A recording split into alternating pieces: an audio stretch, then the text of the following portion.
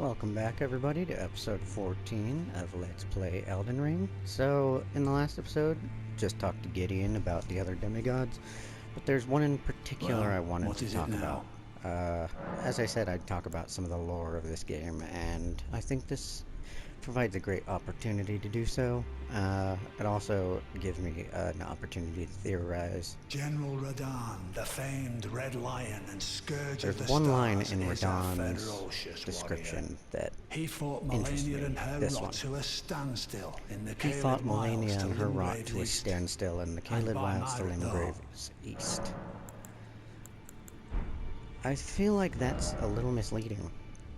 I think history is slightly biased against Malenia, and I will explain why I think that is. So everyone knows that Malenia is the reason that Caelid is rotted, because she unleashed the Scarlet Rot when she and Radahn were in battle.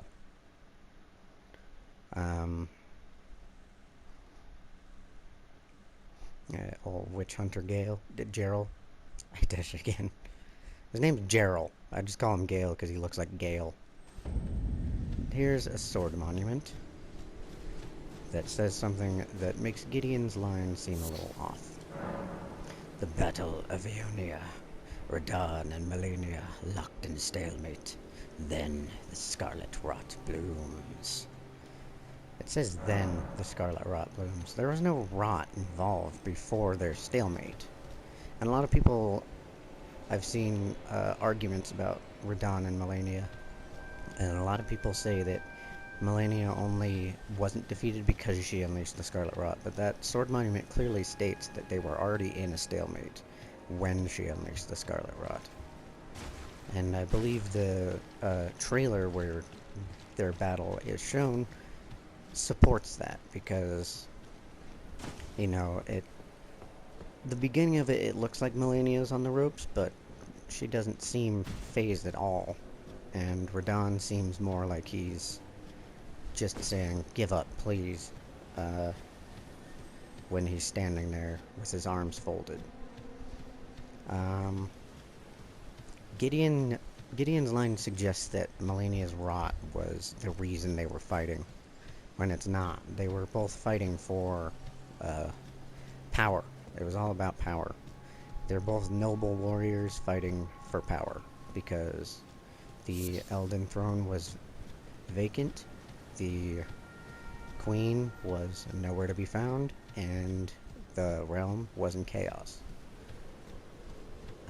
I think Malenia gets a bad rap because of the Scarlet Rot, but it clearly states that she didn't unleash it to avoid losing. She unleashed it to end the stalemate, basically. The way Gideon words it suggests that the Rot was coming through Caelid with Malenia, but Malenia marched from the Halig Tree to Caelid with her armies, and there's no Rot anywhere else. So why she didn't? So you fight Commander O'Neill down here to get a golden needle, a broken needle, unalloyed, Nicola's creation, and he made that for Malenia to try and cure her rot, because people talk about the wholesomeness of the relationship of Radahn and his horse Leonard, which is super wholesome. Radahn clearly loved Leonard very much, and that's why he learned gravity magic just so he could keep riding with him. But a lot of people don't talk about Malenia's relationship with Nicola. They're brother and sister, and Nicola is trapped as a child, and Malenia is rotting from the inside. And I feel like the wholesomeness of their relationship doesn't get enough attention, because, like, literally Nicola abandoned the Golden Order because it could do nothing to cure his sister of her rot. And Malenia did everything in her power to protect her brother. And that's really wholesome. When you go to the Halig Tree, you see all sorts of statues that depict those two, and they're beautiful statues and super wholesome. And I feel like too many people give Malenia the role of villain because of what happened between her and Radahn. But I don't think that's really fair. According to their backstories, they're both noble warriors. There was no intent to poison the atmosphere of Caelid. I believe that was a move made in desperation to end the stalemate, because it was clear that neither of them was going to yield to the other. And, you know, also you fight Commander O'Neill and get the broken needle, which I believe was Malenia's needle. Oh shit, I didn't mean to start the fight. But I believe that was Malenia's needle. I think it was broken during her battle with Radahn. And the needle was all that was holding the rot at there. I feel like Malenia knew that, and... No, don't! I feel like Malenia knew that the rot was being freed because it was no longer being subdued by the needle. And I believe Commander O'Neill is part of Radahn's army. I'm not positive on that. He could be part of Malenia's army. Who knows? Probably someone knows, but not me. Anyway, you've got... both are fighting for power, but I believe both are also fighting for the things they love.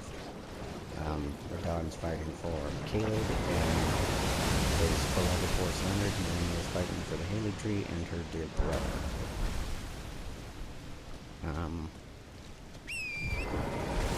And I hate seeing all the arguments where people are saying one was good and one was bad.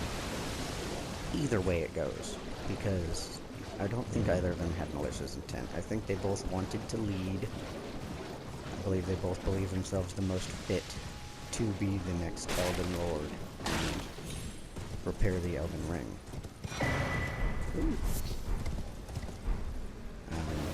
And it makes me sad when there's all these arguments about who's on the side of right and who's on the side of wrong, when sometimes there is no right and wrong in the world, in vying for power. Shit, I'm gonna get invaded by Nelson. But yeah, I don't think enough people give credence to the relationship of Malenia and Nicola. And I think people give too much credence to Radahn, who I love as a character, don't get me wrong. Radahn's character is amazing, his fight is incredible, and his lore is just so good. But people don't recognize the strength of Malenia's lore. Her backstory's tragic. She's been afflicted with rot since birth.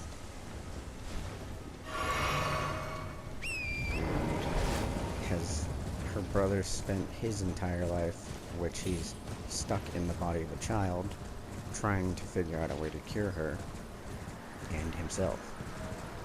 Malenia was the one for combat, and Nicola was the one for wisdom. I believe the reason that Malenia calls him the fiercest of the Empyreans is because she knows that his intelligence can put him above any other demigod. I also believe wholeheartedly that when Mohg took Mikola, it was during the Battle of Eolia. Because the Halig Tree was left undefended, and he could just walk on in, take Mikola, who couldn't defend himself because he was in the body of a child, and do what he wanted with him. Mohg is... if anyone is evil in this game, it's Mohg. He is a evil bastard. And, it honestly makes me sick when because I look at a lot of Elden Ring fan art. Not that kind of fan art. At least not usually. But I look at a lot of Elden Ring fan art, and it makes me kind of sick when I see fan art depicting Mohg and Mikola in any kind of wholesome way, because there's nothing wholesome about their relationship. Mohg kidnapped him, and has forced him into a cocoon, and also, according to his either remembrance or great rune, he's also very rapey of Mikola, which is just ow. I did see an article saying that mode was a bad representation of the LGBT community, which, like, do you want them all to be good? Also, it's not explicitly stated, even though it is heavily implied, but, like, yikes. Moog is an evil bastard. No question about it. But some of my favorite fan art comes from Mikola and Malenia fan art. Because it's just typically very beautiful artwork, and it's very wholesome, and I think it's made by the people who paid more attention to the lore. Because I've noticed a lot of people who argue that one of either Radon or Malenia was good and the other was bad. Which, you know, I see Malenia people was bad and play more, but what the hell? Lifesteal Fist. I don't remember that one. I feel like a lot of people don't give credit to Malenia where it should be given, because, you know, she fought in countless battles herself. She learned how to fight blind, because when you meet her, her eyes are rotted away. Which I saw a fan art a while ago that depicted what it probably looked like when the rot first manifested for Malenia, and it was chilling. It had, like, Mikola coming up to her like, Sister, sister, look, I found something. And then he grabs her hand and they start running. And then she falls behind, and then it cuts back to her with her arm missing. And then it cuts to Mikola holding the missing arm. And it was just like, ugh. That sent freaking horrifying chills down my spine. Some of the fan art of Elden Ring is just incredible. There are a lot of really talented artists in the community of people who play this game. But yeah, I don't like when Malenia is made out to be the bad guy. And it's not just because I thirst after her. I genuinely think her character is noble. Characters shouldn't be defined just like normal people for one mistake made in a moment of desperation. I know some of the people who hate her don't hate her because of the rot. They hate her because she kicked their ass. But, like, just read up on the lore before you render judgment of characters. It's the only true way to. And Malenia is the one who, honestly, other than Mikola, because we don't actually fight him, has the biggest question mark in her lore, because we don't know anything about her growing up. Like, it seems to me like Malenia was kind of the neglected child, because Mikola, you know, he's stuck as a baby, so he's cute forever. We find items about gifts exchanged between Radagon and Mikola, but we never hear anything about stuff from Radagon to Malenia, or in reverse. We don't hear about her mother having anything to do with her, which Marika is a terrible mother. Like, reading some of the lore of, like, Morgott and Moog, like, Marika's a horrible mother. And I believe Godfrey was a good father, but he wasn't the one in charge. And why do I believe that Godfrey is a good father? Because when you find him, after you've turned the capital to ash, he's holding the body of his dead son. Clearly mourning. And the first time I actually got to that part, I completely had forgotten about the fact that Morgott was of Godfrey's blood. So I was just like, oh, Morgott and Godfrey must have been really good friends. And then my New Game Plus run, I remembered that Morgott is his son, and it just made me so sad. Broke my heart, because, you know, he was driven from the lands he loved, from the home he loved, forced to abandon the children that he loved, and he comes back to find one of his sons dead. And, yeah. And yet, even though he knows you're probably the one that killed his son, he's still respectful to you. Which is one thing I really love about Godfrey and his character and his fight, is that he's always polite, he's always respectful of you, because, you know, when it's revealed he's Horaloo, he was the first Tarnished, he knows what it's like. And, you know, "'Twas nobly fought, Tarnished warrior," is one of my favorite lines in this game. But anyway, enough rambling about the lore. I just wanted to make it clear that I love Malenia's character, I love Radahn's character. I don't think that either of them is the bad guy. I don't think either of them is the good guy. I think they're two noble but flawed warriors who fought each other and met their match, and one of them had the ability to do something the other couldn't, and they did it. And it ended up having a great cost.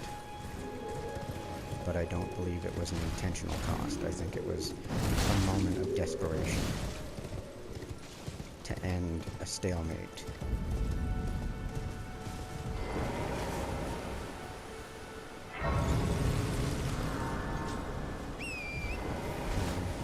I'm really, really excited for those two boss battles, though. Radahn and Malenia are both S-tier fights. A lot of people think Malenia is not fair. I couldn't disagree more. I think she's one of the most fair bosses in the game. Can you hear me? And I'll talk more about that when I get to her. Hello? Oh, Alexander, stars. my I'm friend. so happy to see you. I am Alexander, also known as the Iron I'm Fist. the immortal Iron And as you can Fist. see, I'm stuck here. If you've ever watched the Please, Netflix Marvel can you show Iron help me out Fist, of this? gosh, it's so bad.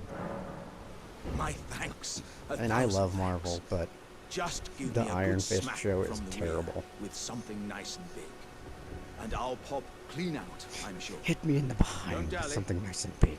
There's no need to fret. I'm very well trained. Give it your all, I say. Okay. I'm gonna spank Alexander on the ass.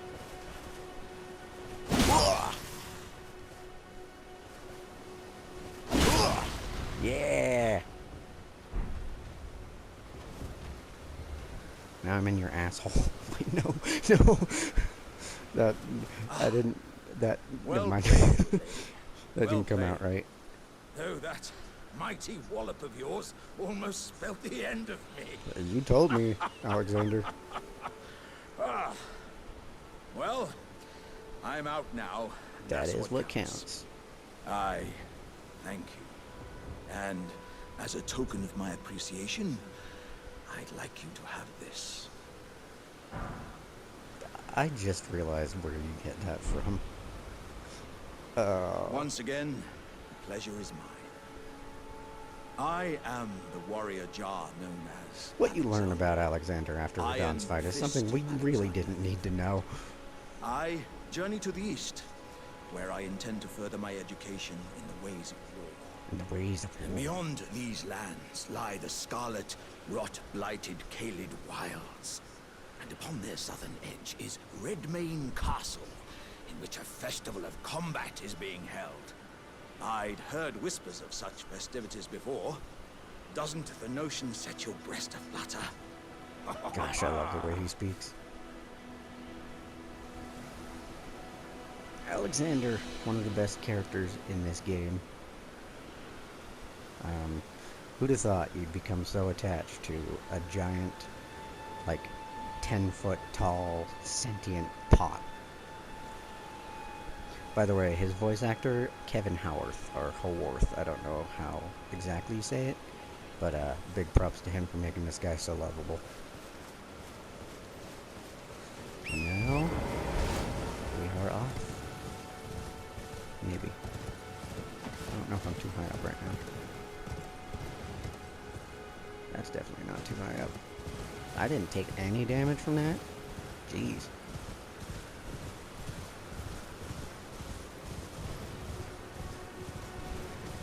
Let's continue onward. I don't really care about fighting these guys.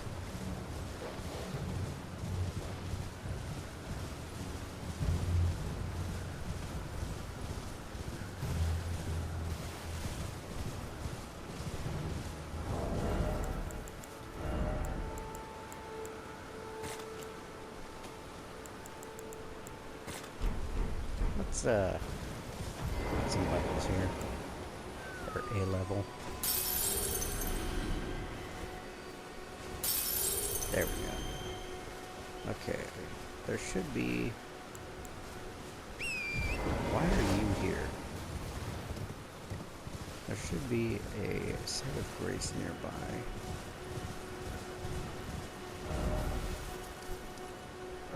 I'll just go there. Yeah, I've been hovering around 10,000 for long enough.